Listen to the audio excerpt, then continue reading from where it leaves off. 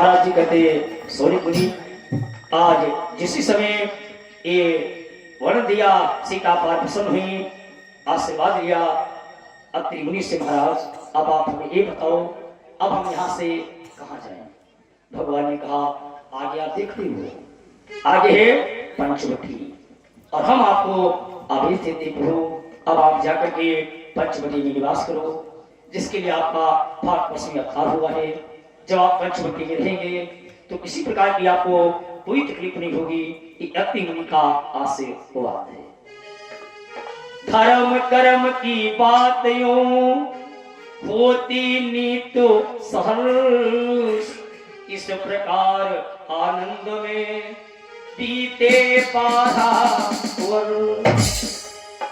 वर्ष व्यतीत हो गए।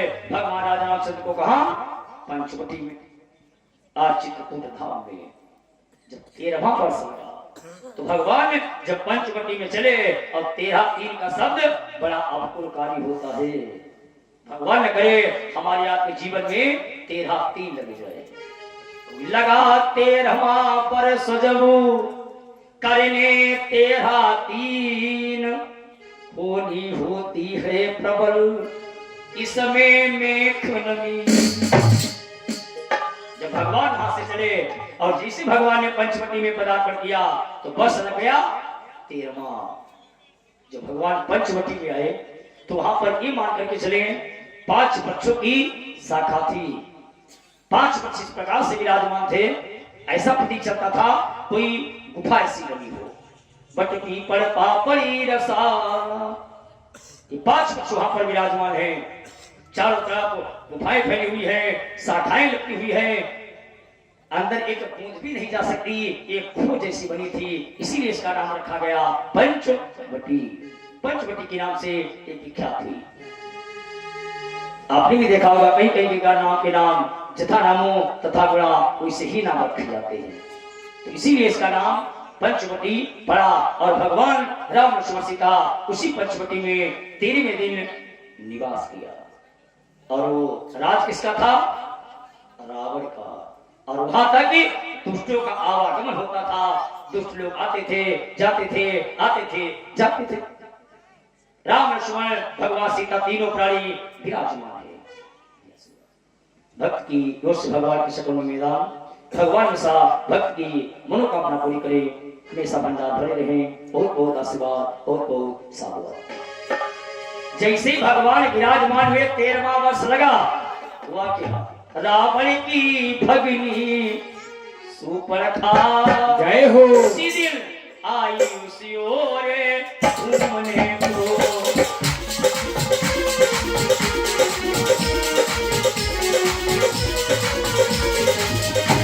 रावण की भगिनी आई सुपर्णखा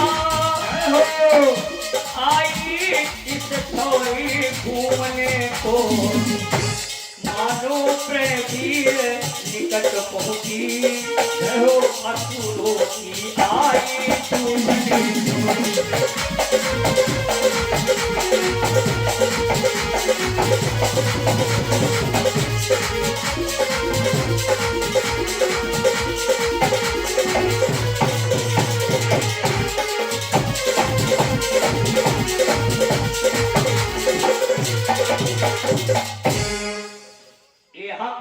पंचवटी में सुप्रखा का नाम चलता था। सुप्रखा यहाँ तक आती थी, लोग कहते बड़ी सुप्रखा बदसूरत थी, सुप्रखा बड़ी कुरूप थी, ऐसा नहीं। सुप्रखा का नाम सुप्रखा नहीं था, इसका नाम था स्वर्णधन रेखा, जो सोने के समान बड़ी सुंदर चमकने वाली। इस बालक की ओर से वो बालक की ओर से भगवान के चरणों में दान, भगवान के साथ की मनोकामनाएं पूरी करेगी। आप इससे बहुत बहुत आशीर्वाद, बहुत बहुत साधुवाद। तो एक कुरूप नहीं थी, बड़ी सुंदर थी, सोने के समान चमकने वाली स्वर्णधन रेखा। लेकिन जब पतिव्रत हो गया तो इसीलिए इसका नाम, इसलिए पिशाची कुरूप धारण कर लिया तो इसका नाम पड़ गया सुपर्णखा। और जंगल में घूमने के लिए आई उसी दिन पंचवटी सो और गई एक बारा, और देखी निकल भई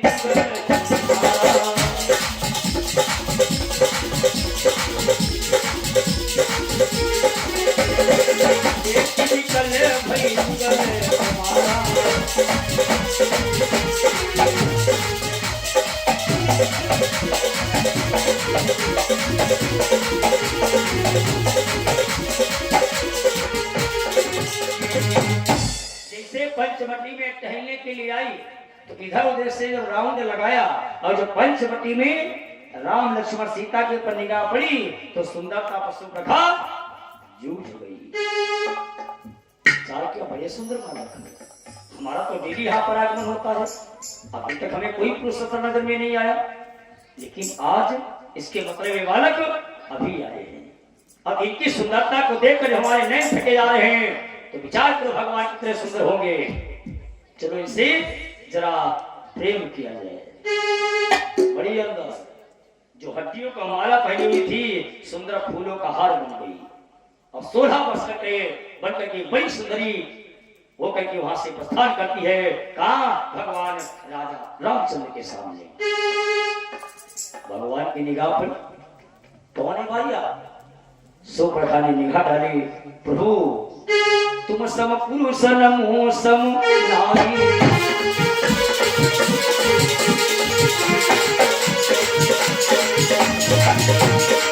तुम सम पुरुष और नमो सम नारी, जय हो संयोग विधि रचा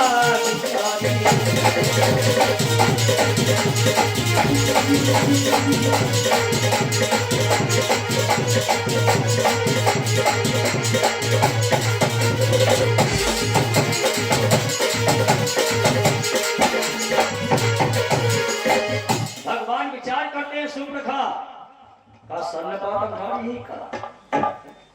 पसंद तो उसने ठीक किया कि तुम सम पुरुष। देखो पहले पुरुष सब तो इंसान के सामने लग जाता है, लेकिन पहले पुरुष जब ही लगता था जब इंसान का विवाह हो जाता था, तब लगता था पुरुष। तो अब आप बच्चे नहीं रह गए, अब आप पुरुष बन गए। तो भगवान विचार करते सुप्रखा ठीक कहती है तुम सम पुरुष, क्योंकि मैं पुरुष हूं, मेरा विवाह हो चुका है, लेकिन अपने को कह रही है नारी।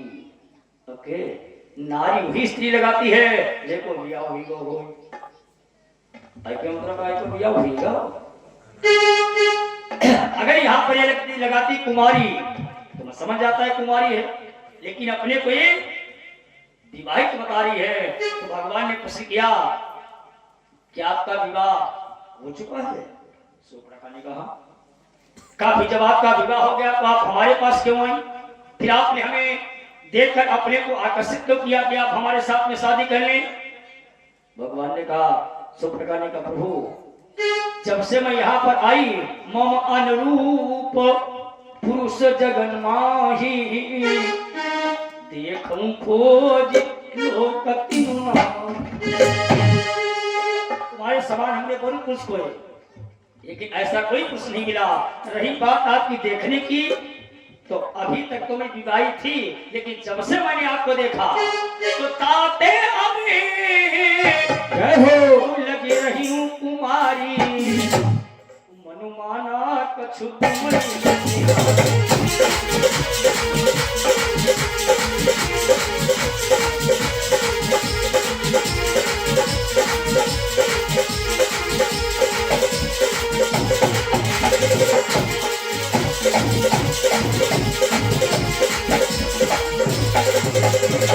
ये सत्य प्रभु मैं इससे पहले विवाहित थी, लेकिन जब से मैंने तुम्हें देखा तो मन ने कहा मन माना कुछ तुम्हें निहारी। भगवान विचार करते हैं ये सुप्रखा हमसे कह क्या रही है कि तुम सम पुरुष नमो सम नारी। अगर ये स्त्री भी है तब भी हमारा इसका जोड़ नहीं है। पहली बात तुम विवाहित है, रही बात दूसरी तो कहाँ राम कहाँ लंका वाली,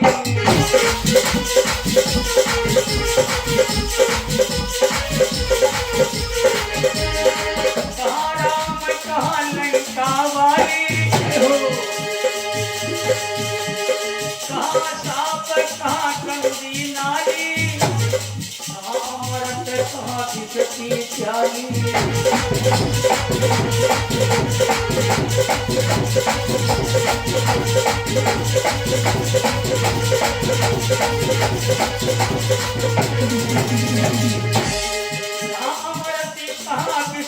प्यारी और कहाँ संत की ताली, भाव तुलसी लिखिदारी तुम सम पुरुष नमो सम नारी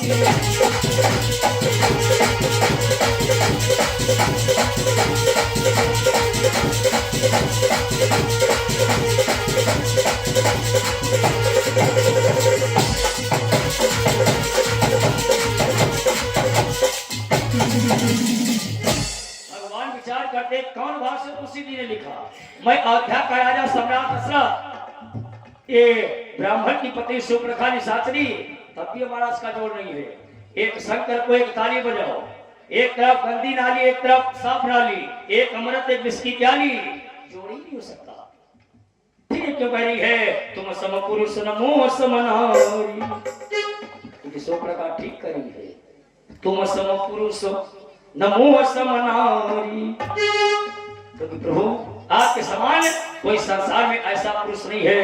क्योंकि आपने संकल्प किया है मैं लंका का विनाश करूंगा और मेरा संकल्प है मैं खड़े खड़े लंका का विनाश कराऊंगी।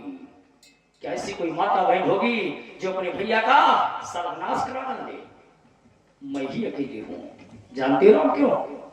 क्योंकि सुप्रखा विवाहित है। सुप्रखा का विवाह हो चुका था और उसके पति का नाम था विद्युत। संध्या का समय हुआ जब विद्युत महाराज अपनी ससुराल आए तो रावण से प्रश्न किया, रावण हमने सुना है तुम 20 भुजाओं से तलवार बड़ी तेजी से चलाते हो। रावण ने कहा सत्य है। कहा साले साहब हमें भी चला कर दिखाओ। रावण ने कहा साले साहब बानोई साहब आप ऐसा करो रात्रि वनवास करो। ये संध्या का समय है और संध्या के समय सत्य नहीं उठाए जाते। अगर आप सत्य उठाएंगे तो अनहोनी जरूर हो जाएगी। हर चीज का समय है। महाभारत भी सबने पढ़ा, रामायण भी सबने पढ़ी। जब तक संध्या वो नहीं होती थी सम्मिलित होता था और सूर्य अस्त होने के बाद सब परस्पर प्रेम से मिलते थे और जब सवेरा हुआ तो फिर मैदान पकड़ा। रात्रि में किसी से कोई पुत्र नहीं करता है, इसलिए समय नहीं है सत्य उठाने का। संध्या का समय है और संध्या का समय वंदन करने का होता है, पूजन करने का। अनुज साहब ने कहा हमने तरीक से आपसी बात कही, रात काल हम चले जाएंगे। अब तनी किसी बात है तलवार चलाकर उठाकर दिखा दो। रावण ने कहा मैं मना करता हूँ अनुज साहब मान जाओ, ये समय मुहूर्त में तलवार चलाने का नहीं है। अगर कोई अनहोनी हो गई तो विद्युत ने उसका जिम्मेदार मैं हूँ, लेकिन हमें तलवार चला करके दिखाओ। रावण ने कहा ठीक फिर तुम्हारी इच्छा। उठाई तलवार रावण ने 20 भुजाओं से चलाई। मूर्ख था नहीं, रावण ज्ञानी है। तलवार हाथ से छूट गई और जैसे छूटी विद्युत पड़ गए सामने, नीचे परी मुंह अलग कागज ओपन कर ले निपट ही गए। हमने कहा था मूर्त नहीं है, नहीं माने। डाल करके सुप्रखाई सोलो पर पड़ी। सुप्रखा रोई तही बिरिया जय हो भाई बिरने बाज उमरिया।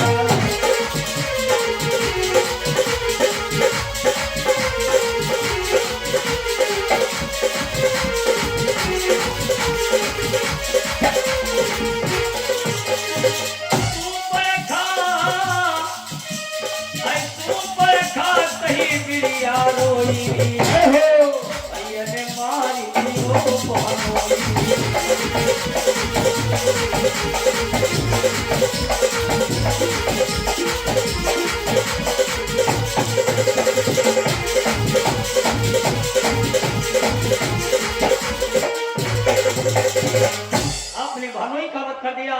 भैया ये आपने क्या किया? रावण ने कहा मैंने मना किया लेकिन नहीं माने। इसमें हमारी कोई गलती नहीं है, लेकिन हमारे समाज में रीत आती है, ब्रह्म समाज में कन्या का एक बार विवाह होने के बाद दूसरा विवाह नहीं होता। लेकिन अनहोनी हमसे हुई है, गलती हमसे हुई है। मैंने भानोई की बात मानी। जाओ आज मैं सुप्रकाश को परम सुखद करता हूँ। जिसको अपने मन से एक बार अपना दूल्हा चिन लोगी, ये रावण खड़े खड़े उसी के साथ में आपकी सारी जाओ। सुप्रखा से परम सुखद हो गई। सुप्रखा ने संकल्प लिया रावण आपने हमारे परिवार का विनाश किया है। हिंदू समाज में दोबारा शादी होती नहीं है, मैं शादी तो नहीं करूंगी, लेकिन जैसे आपने हमारे परिवार का विनाश किया है, ये आज सुप्रखा बल करती है, मैं खड़े खड़े इस लंका का सर्वनाश करा के ही रहूंगी। प्रभु आपका भी प्रश्न एक है, हमारा भी प्रश्न अलग है, दोनों के प्रश्न के उत्तर एक ही आ रहे हैं। इसलिए प्रभु तुम सम पुरुष नमो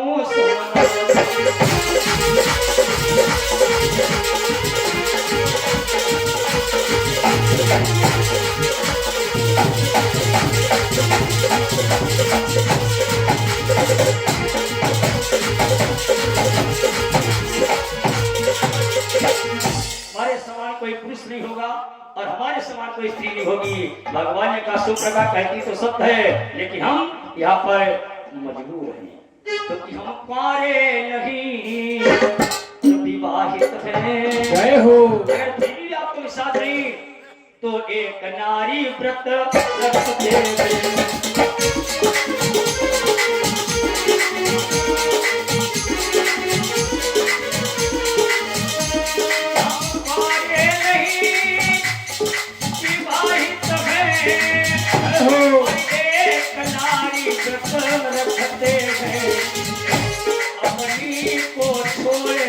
अन्य सबको माथा और पहले समझते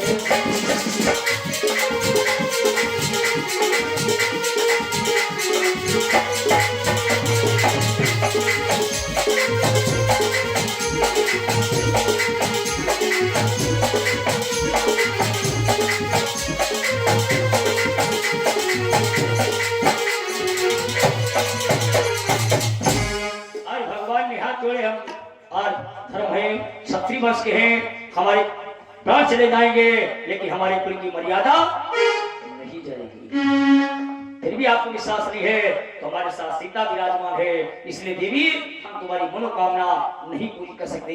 लेकिन सुप्रा का एक मिनट, हमारा तुम्हारा जोड़ा भी नहीं है। क्योंकि आप कौन है? सुख पड़खा रावण की बहिनी, दुष्ट हृदय दारुण जस अहीनी।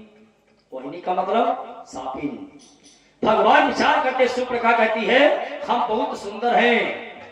तो भगवान ने कहा सुप्रखा अब आप जाओ मत, आप अपने को सुंदर बता रही हो तो तुमसे कई गुना सुंदर हमारा भाई विराजमान है। सीतई चितई कही प्रभु बाता, जय हो। भाई कुमार मोर लघु भ्राता।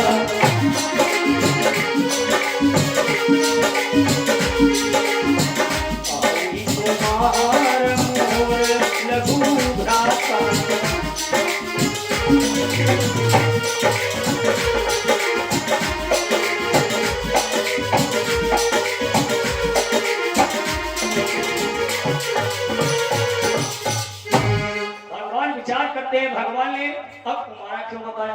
अवधपुरी प्याहे गए चारु राजकुमार, रामचंद्र फिर क्यों कहा लक्ष्मण आई कुमार। विचार किया, सुन चुके हैं आप, चारों भाइयों का विवाह हुआ है, लक्ष्मण की पत्नी उर्मिला विराजमान है, फिर भगवान कुमार क्यों बता रहे? झूठ बोल रहे हैं? नहीं, देखो पहली बात यह है, पहला शब्द आता है कुमार। कुमार उसके आगे लगाया जाता है जिसकी शादी न हुई हो। हमारा वेद कहता है, शास्त्र कहता है जो 12 वर्ष अपनी स्त्री का चेहरा न देखे, जो 12 वर्ष स्त्री अपने पति की चरणों की सेवा न कर पाए, उसे आज भी कुमार ही लिखते हैं। अगर आप व्याकरण में शब्द विच्छेद करें तो कुमारी खराब या फीका, और मार माने कामदेव मार चरित शंकर ही सुनाए। तुम अपने को सुंदर बता रही हो और तुमसे कई गुना हमारा पुत्र भाई शोभायमान है, लेकिन आप कौन है? अहिनी। और लक्ष्मण कौन है? अहि। अहि माने सर्प और अहिनी माने सापिन। आज भी जब लड़का लड़की का मिलान करें पंडित जी के पास, पंडित जी देखो पत्रे में का मिलान बन थे, उन्होंने कहा नहीं बन थे, कहा है कई राक्षस है मानव, एक दानव एक देवता बनता है ना, एक सांप एक मनुष्य बनता है ना। इसलिए दोनों पुरुष हो, दोनों सापिन हो, दोनों राक्षस हो, दोनों देव हो, तभी बनेगा। भगवान विचार करते हैं सापिन है लक्ष्मण शेष अवतार हैं, इसलिए कहा अहि अहिली संबंध विधाता हो इसीलिए अहि कुमार मूल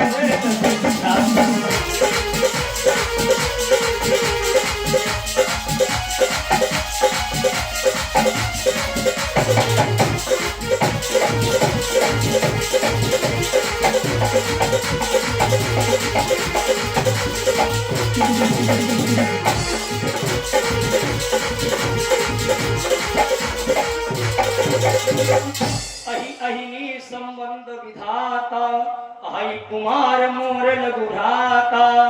हमारे साथ शादी तो हो नहीं सकती क्योंकि हम विवाहित हैं, एक स्त्री विराजमान है, तो छोटे भाई बैठे हैं, इनके पीछे चले जाओ। और लक्ष्मण का स्वभाव दुनिया जानती है, सौ प्रकार ने विचार किया, चलो बड़े भाई मजबूर हैं, इनके साथ में स्त्री विराजमान है, लेकिन छोटो वाला जो कोई खराब हो, चलो आयो संग हमारा जोड़ बन रही और साथ ही साथ छुटाई पढ़ाई नहीं मानी जाती। पहुंची लक्ष्मण के पास, बोली लक्ष्मण से मुझे दे जय हो जो मंद मंद मुस्कुराते हो, जो मंद मंद मुस्कुराते हो।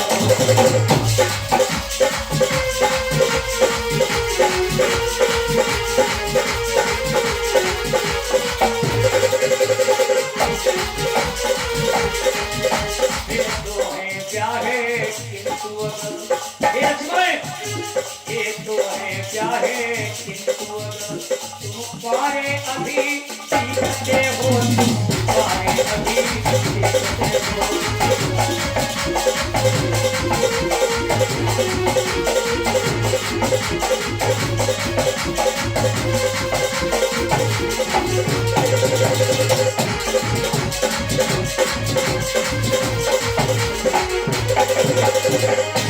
अच्छा तुम की तरह उत्तर देना बुरा नहीं, साफ न बना कर देव ने हमारी तुम्हारी न बनाई, इसलिए बने रहो मैं बनी रहूं, चोरा भी कुछ बुरा नहीं, तुम बने रहो मैं।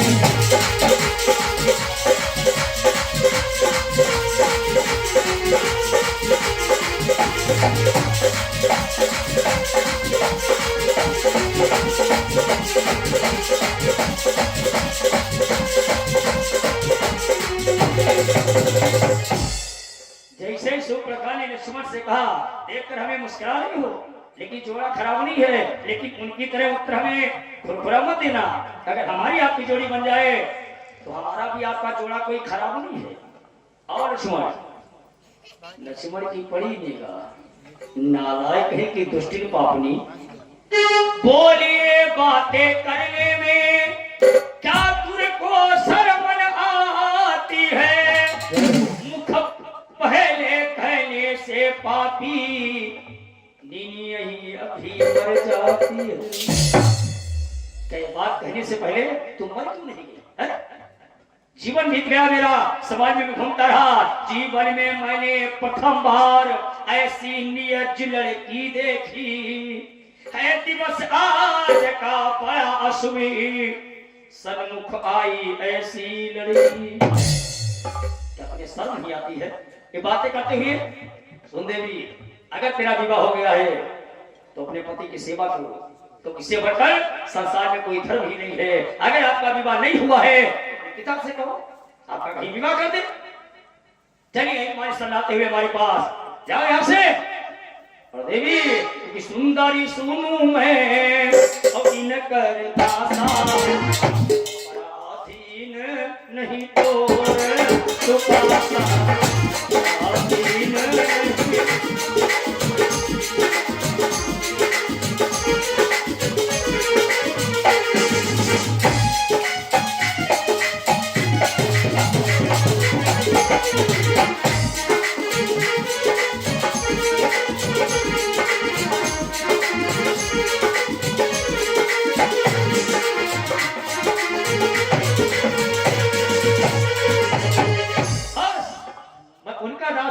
ये बात हमसे हजम नहीं होगी। ऐसे बढ़िया जो बड़ो ही बात ठीक है। वो प्रेम से तो बोलता है, जब तो जाते ही खड़े खजरा ही पड़ो वहां से ठीक नहीं, भगवान के पास नहीं, भगवान के फिर तुम्हारी नहीं। मैंने कहा हमारा आपका जोड़ा नहीं हो सकता है, लक्ष्मण के पास जाओ। ये सब रखा लक्ष्मण के पास नहीं, लक्ष्मण का तो मनी हम ना फिर तुम्हारी नहीं। अब जैसे माए समेटी सुब्र का यार, इसके मतलब सीधी उंगली से घी नहीं निकलेगा, अब टेढ़ी करनी पड़ेगी। ये जो बड़ा वाला है ये बड़ा सुंदर है, अच्छा भी है, इसकी बोली भी बढ़िया है। अगर हम इससे कहें अगर इसके पास में पत्नी हो तो ये विवाह कर लेगा। ऐसा करें सीता को ही समाप्त कर दो, जब सीता समाप्त हो जाएगी ये मजबूरी भी हमसे शादी कर लेंगे, बस हटी सुपर का वहां से विकट रूप धरते हुए लगी नहीं सको देरी। जय हो। माला थी जो फूल की बनी सूल काटे, माला जो थी फिर हड्डियों का ढांचा बन गई, लंबे लंबे बाल, काले सरूर, लंबे दांत, बड़े नाखून और दौड़ी सीता की तरफ। झपटी सीता को आ जाऊं दे दिया है लक्ष्मण को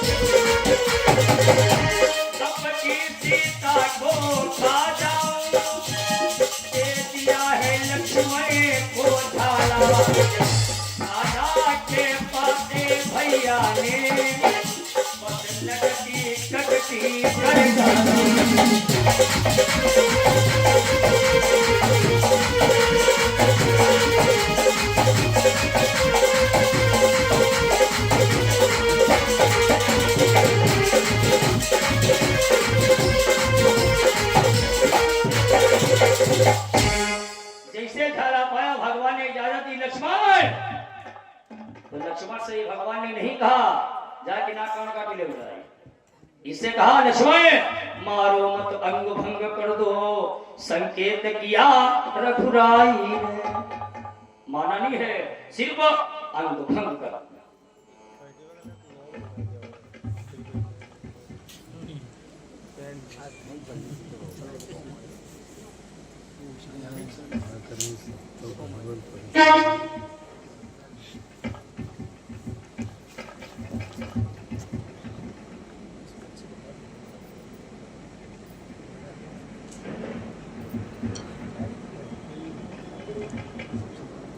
फोन का भाई कोई हो सकता है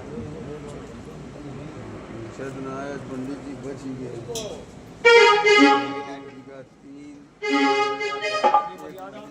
भगवान की जय हो। वेद व्यास महाराज जी कहते सोनी मुनि लक्ष्मण ने कान काट लिए। किस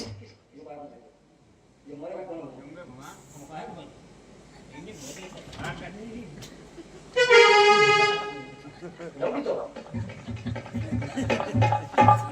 तो प्रधान है, मानो तो हम ज्यादा प्रधान। कहते लक्ष्मण ने नाक कान काटे, नाक ही कान को काटे। इसे पावन चर्चा हम आपको दिन में श्रवण कराएंगे।